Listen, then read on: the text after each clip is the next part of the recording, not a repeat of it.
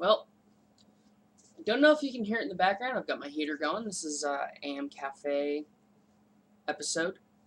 Brawlers! Okay, anyway, that's mostly because I really woke up about an hour ago. It's 5:30 in the morning here.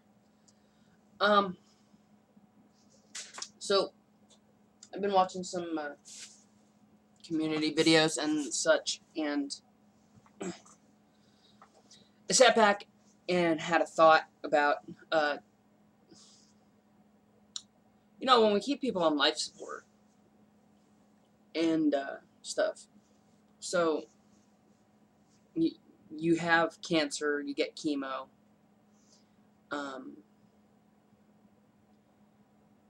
You're in a coma, people keep you on machines, and that's if it's your choice. I mean, if you have a DNR, there's not a lot people can do, but to stay anti-morbid on this, it's life support. So I kind of had a thought, and I kind of don't know if people agree or not. Last year, I had my dark moment. That's all covered in open me. But this year, I decided last week that to keep this and this. Now, what they are is they're the sheets that when you go to the pharmacy, you get your prescriptions filled. They're on your, they come on the bag. Depending on which pharmacy you go to, I don't know if they all look like this. I mean, I go to, so, but they have all the facts about the medication you're on.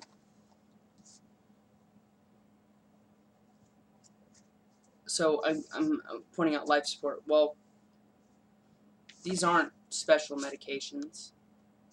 These are estradiol, which is my female hormone, and spironolactone, which is the which they use as a testosterone blocker.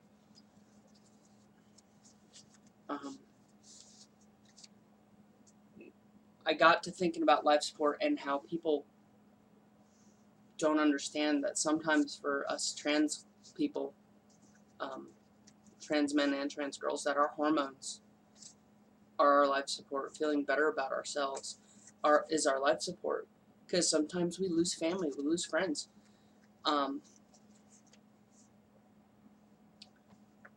And lesser than someone on chemo and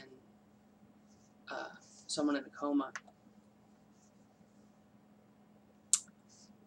I think us and chemo patients really have a lot in common with the urges sometimes to no longer want to be because of hate, whereas they're hating that they have to be so weak on that medicine, and I've seen it. Where I've had the drive to not want to be because people don't think that, oh, well, you could have just been a man. No, I couldn't, sweetie.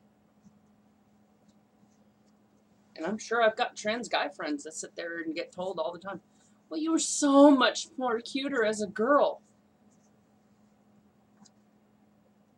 And the same answer probably comes from both of our mouths. I wasn't happy.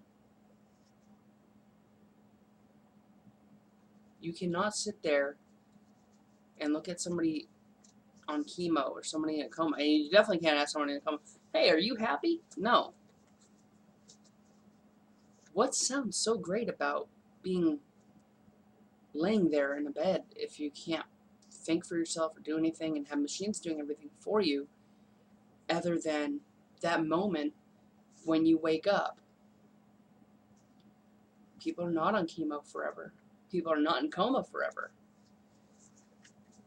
With being transgender, from what I've understood, our hormones, the doses change over the years, but this is a constant thing. And for some of us, if we didn't find ourselves and start these medications, we wouldn't be here. So, in a way, this is our life support. especially when we lose our families, to just being ourselves. Well, you're just being selfish. No, we're not. We're being ourselves. We're being the person that has been trapped inside a body forever. I mean, this is coming off more of a rant, and I really don't mean it to be. But at 32 years old, I'm sitting here going, everybody asks, I live in a small town. I am the one trans woman in my community. I don't know any trans men in my community. I know there's a few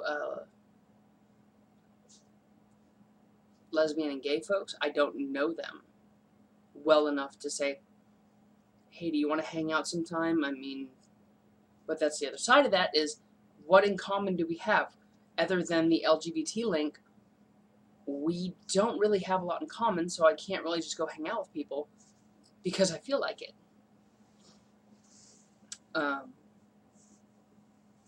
So hormones become a life support for us, because every little change we have, and we look in the mirror, I know I've changed a lot.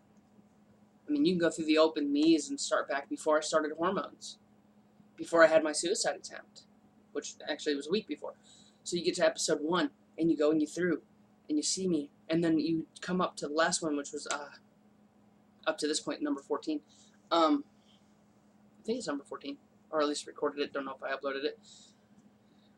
Point is, I have changed. I can look back, and I can look at pictures, and I didn't realize how much I changed. And I can look at pictures of the old me, and I can look at pictures of the new me and see I'm a happier person. I am not the only one to notice this change. My 6-year-old daughter turned around to me, and she looked me in the eye. She was 5 at the time, but this was earlier this year. And she said, Daddy, you look so much happier now. And I cried. I really did. But on a side note of everything, it's been great being happy.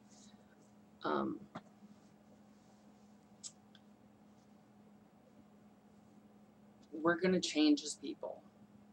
We're not going to change who we've been. We're going to change physically. Emotionally, we can't change who we are. So I think I'll bring the rest of that topic to an open me, because I do want to talk about my emotional changes.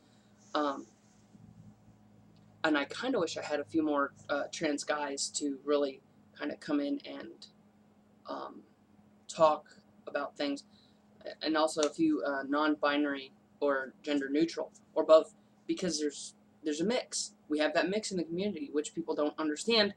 So what we have to really do is start bringing awareness to not only our genders, where we have these boxes, okay? Male, female, other. Well, there's a lot of other. Me, I'm going to tell you right now, female. I know friends that are male. Our gender is not our physical sex.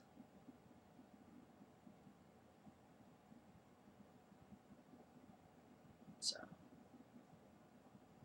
and I'm currently in a great relationship with a gender neutral person with them, they pronouns, and they're great. There's no reason to dislike anybody in the community.